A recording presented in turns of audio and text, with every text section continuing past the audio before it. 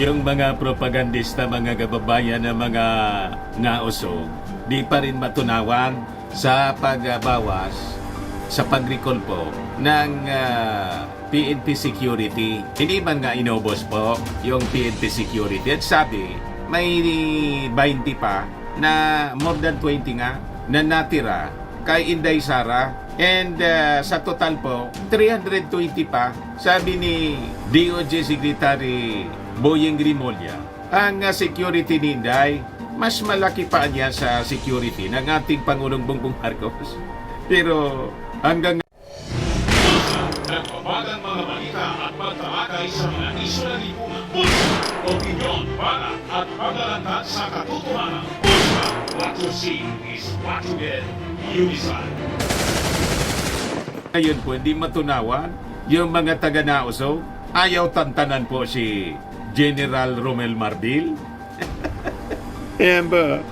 Ang aligasyon nila, lalo na nito ni Jason sa mga kababayan, yung pag-pull out daw sa security ni Inday para sa idestino sa Maynila, di daw totoo. Kasi yung mga pulis, pinagtitraining lang. Yung training po ng pulis, regular yun na ginagawa. Lalo yung mga pulis, mga kababayan na nag-apply for promotion, ang tanda na nito ni sa mainstream media ni Jason sa mga kababayan. Hindi mo ba yun alam, Manong J? Sabi pa, mga kababayan ni Jason ito daw si PNP Chief Marbil, hindi ginagamit ang utak at common sense. Ganun sila mag-degrade ng tao. Maging general yan kung hindi ginagamit ang utak. And in fact, ginamit niya yung utak niya nang i-recall ang napakaraming security. Binawasan yung security ni Inday. Kasi mga kababayan, common sense. Ba't ba yung Vice Presidente na wala man po nga ginagawa? Nag-aantay lang na may mangyari sa ating Pangulong Bongbong Marcos at hindi na makapag-function ng maayos. Tapos yung security niya, mas marami pa sa Pangulo. Ano yon? Di ba? Kaya sa decision po ni General Marbil, talagang ito yung ginamit yung kanyang utak at common sense. Kasi it will be nonsense na ang Vice Presidente mas marami pang nagbabantay kaysa sa Pangulo. Di ba? Sabi ni Jesus pakinggan natin yung pinagsasabi nitong matandang to, mga kababayan, na 1 million ang consultation fee sa SMNI. Madali lang po, hindi mag-play. Ginagamit pa niya utak niya, no? O mahinang klaseng general lang talaga ito. Kaya ako hindi ko matawag na general to kaya hanggang patrolman lang talaga, maximum na yung SPO-10 Oh. Ha? Hoy Romel, kahit sa mga opisyal marami pang matitino, no? Iisa lang naman siguro itong bobo Ha? Ito si Marbil Tingnan mo kung ha? Matindi mga kababayan, mag-insulto talaga yung mga taga-nauso. Ma'am Loreno. Sabi niya, kaya pinupull out yung yung 75, no? Kasi kailangan Manila. Number one, problema na nating malaki yan. You economically dislocate the heads of the family. Na nandito sa Mindanao, dadali mo sa Metro Manila, hindi na nga nila halos mapagtagni yung kinikita nila rito. Ililipat mo para sila na maghanap sila ng bahay, lahat-lahat. But even beyond that, no? Hindi ko alam kung ginagamit pa niya utak niya, no? O may klase. Ba't pinoproblema po ninyo yung problema ng polis? Yung mga mismong PNP members, hindi magreklamo. Unang-una, alam nila yan.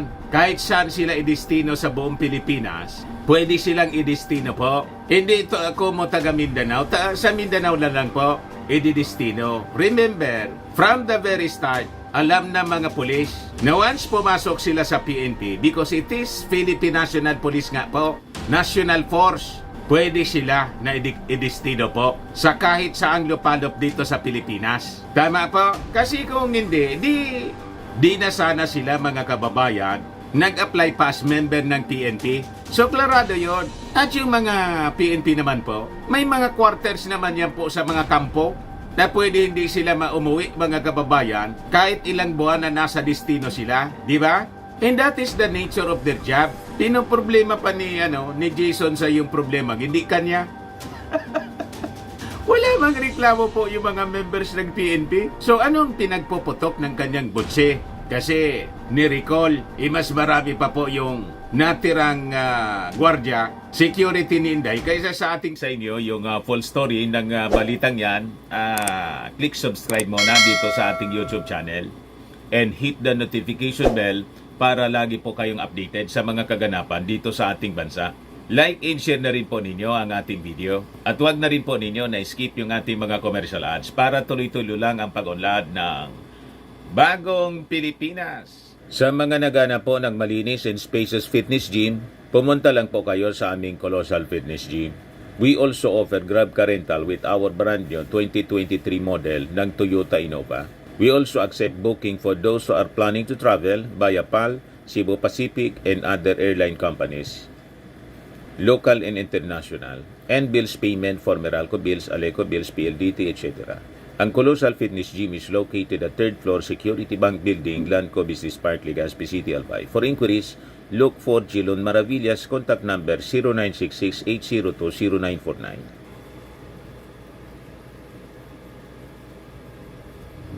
Yan po yung aming Innova.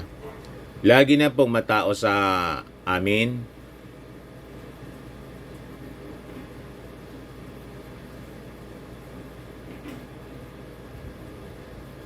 Yan po mga bagong clients namin. Napakaganda at colorful at napakalinis ng aming gym po. Pati mga foreigners po pumupunta sa amin, mga British tourist po sila dito sa Legazpi. Na-set up na rin po yung aming mga brand new gym equipment.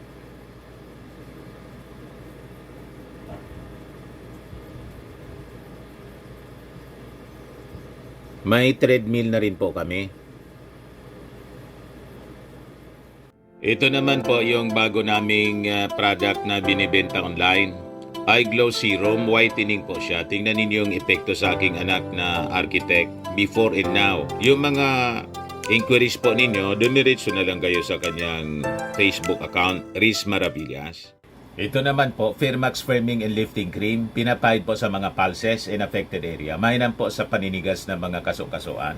Ito naman po, Automax Radiant Serum. Sa mukha naman yung application, anti-aging po siya. You will look 10 years younger than your age. Sa mga cancer patients naman po, baka lang gusto ninyo itong itry. Neng siya red mixed fruit drink.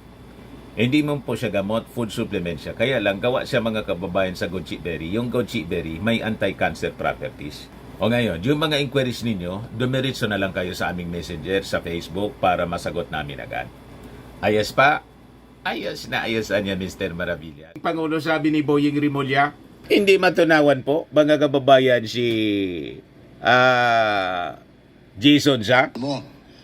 Alisan mo lang ng bodyguard ng tig-isa bawat congressman.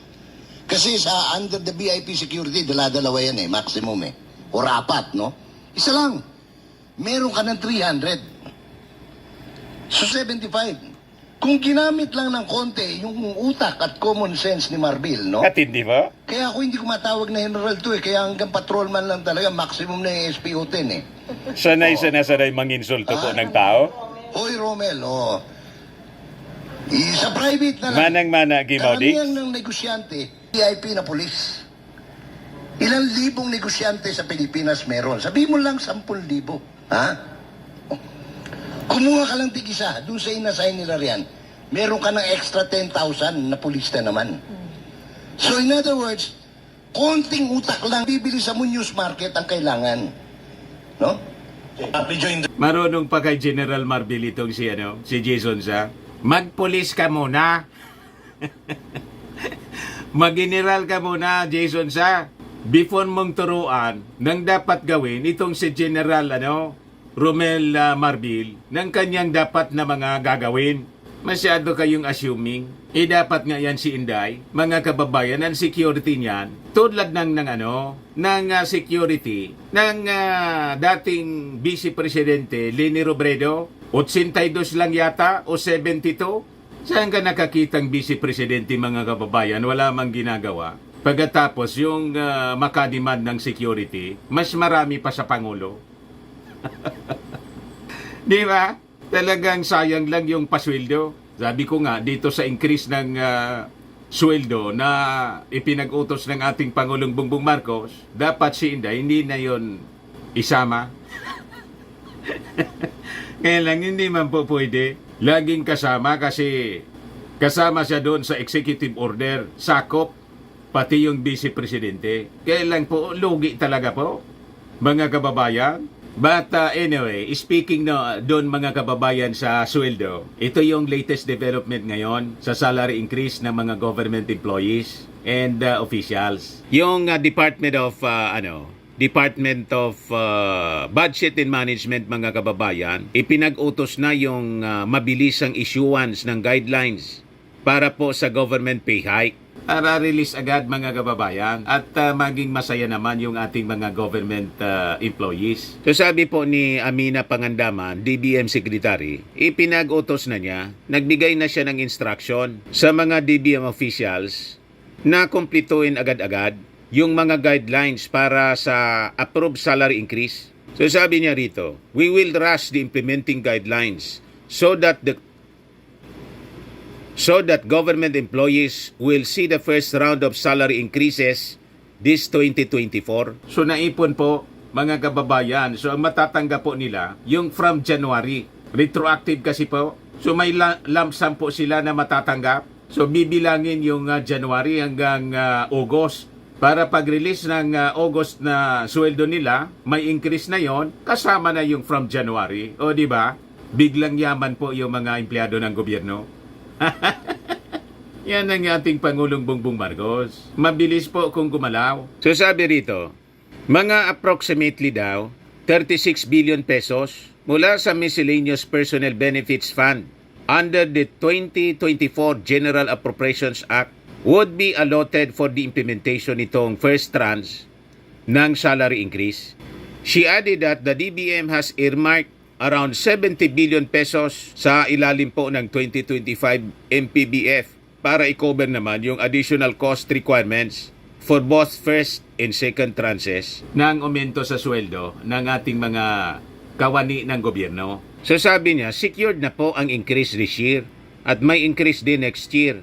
Ang computation po para sa initial tranche natin ay retroactive to January 1, 2024. So merong salary differential or back pay. Saka yung mga government workers po, tatanggap din ng 7,000 worth ng medical allowance annually beginning 2025. Di ba, mga kababayan, napakaganda. Mabilis na release yung utos ng ating Pangulong Bongbong. Nito pong salary increase ng ating mga government officials and employees, pati sa mga local government units or LGUs. O ngayon, idagdag ko na lang po ito kasi napanood ko si Kato Nying kanina. Nasa Singapore pala siya. Sabi niya, may nakarating niya sa aking information na si Maharlika may bagong kaso. Kinasuhan daw mga kababayan at bukas magpapatawag ng press con yata si Mel Robles, yung chairman po ng Philippine, yung PCSO po. Ngayon, yung kinuang abogado nito, foreigner po, naging abogado daw ng Hollywood actor na si Johnny Depp. Yan po sabi ni Kato Nying dito, Marlica, kinasuhan ng lawyer ni Johnny Depp, yung sa Pirates of the Caribbean, star mga kababayan. Libre, tuwang-tuwa si Kato Nying kasi inaamon nga niya si Marlica. Umuwi ka na lang niya dito kasi sigurado maghihirap ka dyan sa California, sa Amerika. Kasi kinasuhan sa Amerika po. Kasi ang lakas ng loob po ni Maharlika na manira sa ating Pangulong Bongbong Marcos at kung sino-sino pa sa mga officials ng ating administrasyon. Kasi paniwala niya, hindi siya abutin ng batas. Kasi nasa Amerika siya. Ngayon, kinasuhan po siya sa Amerika mismo. Sabi ni Kato Nying, umuwi ka na lang niya para pagdating mo niya rito, may pending warrant of arrest na pala ito. Dahil sa kaso niyang final kay Maharlika po, sigurado niyang pupusasan ka rito. So I think pang-apat na to, kasi last time, di ba, yung isang designer, dalawa siya na designer po, nag-file din po ng kaso, cyber libel. Laban po kay Maharlika, ito yung sinasabi natin na pag ang isang tao po walang kaiti-itikita, broadcast ethics, kasi nang mauso po yung social media, nagsulputan na lang po yung mga vloggers. Walang sinusunod pong regulation or code of ethics, mura rito, mura ron, nagpapaulan ng mga pagmumura, yung mga pananalitang hindi po makain ng aso, yun ang pinapakawalan niya, manang-mana sa mga idol nila. You see? O ngayon, siyempre napuno na rin yung mga siniraan niya. O ngayon, si Mel Robles po, sabi ni Katonying, nag-file na ng kaso din. At yung kaso, final dyan sa court sa California. Pakinggan natin yung sinasabi ni Katonying dito. Ayan po. Katonying. Isan lang to. Meron natanggap na impormasyon. Naalala nyo tong si Camille Vasquez, si Attorney Camille Vasquez. I-search nyo sa social media. Camille Vasquez Attorney pala, Camille yung abogado. Vasquez. Ito po ay isang celebrity lawyer. Sobrang sumikat po ito nung si Johnny Depp ay dinemanda nung kanyang dating asawa at naabsuelto po si Johnny Depp. Remember po? Sobrang galing po nung abogada na to. Yung maganda kasi to Camille Vasquez, parang may pagka-Latina po ito sa Amerika.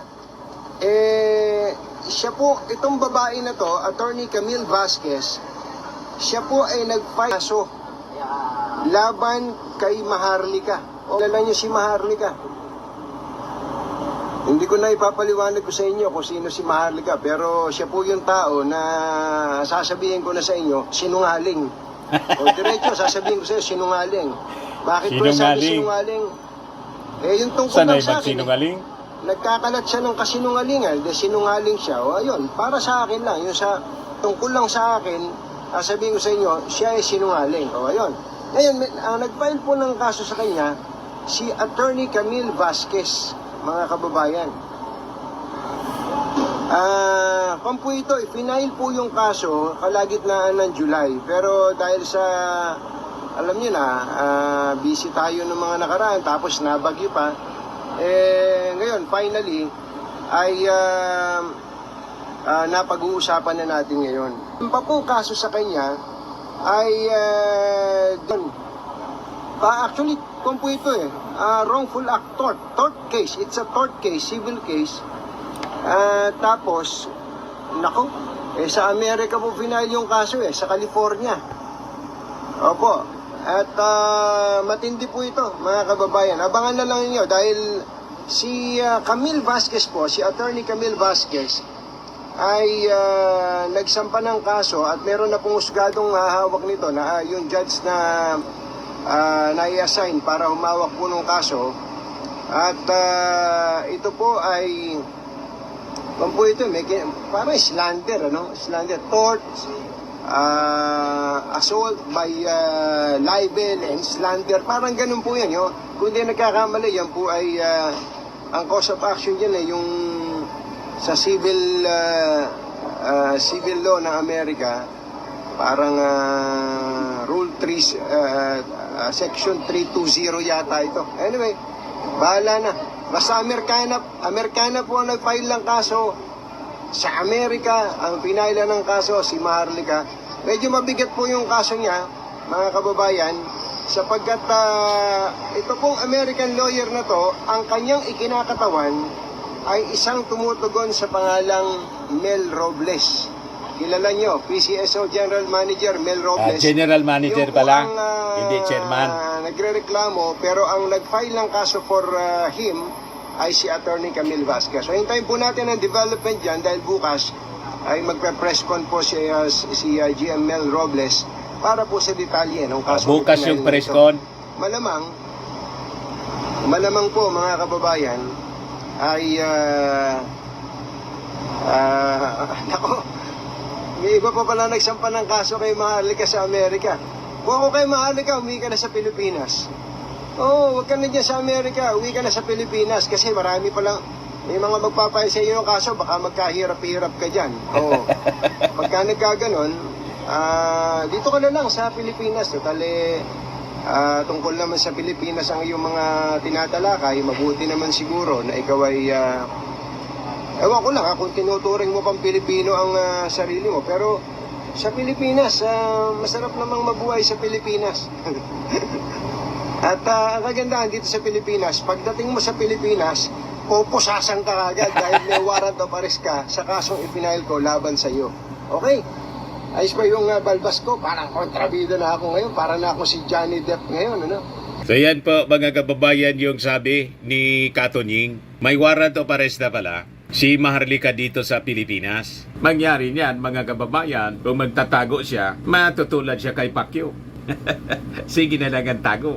Lahat na sila magtatago. Si Maudix po, malamang magtago na rin pag na-release yung warrant of arrest. Galing po sa ICC, pati si Senator Bato at iba pang mga akusado sa ICC. So pare-parehas po ang sasapitin nila na kapalaran. Ayan, consequences mga kababayan ng kanilang pagmamalabis. Tama pa? Ayan man lang yung ating short video mga kababayan. Ako po si Dante Maravillas. Bye-bye. God bless.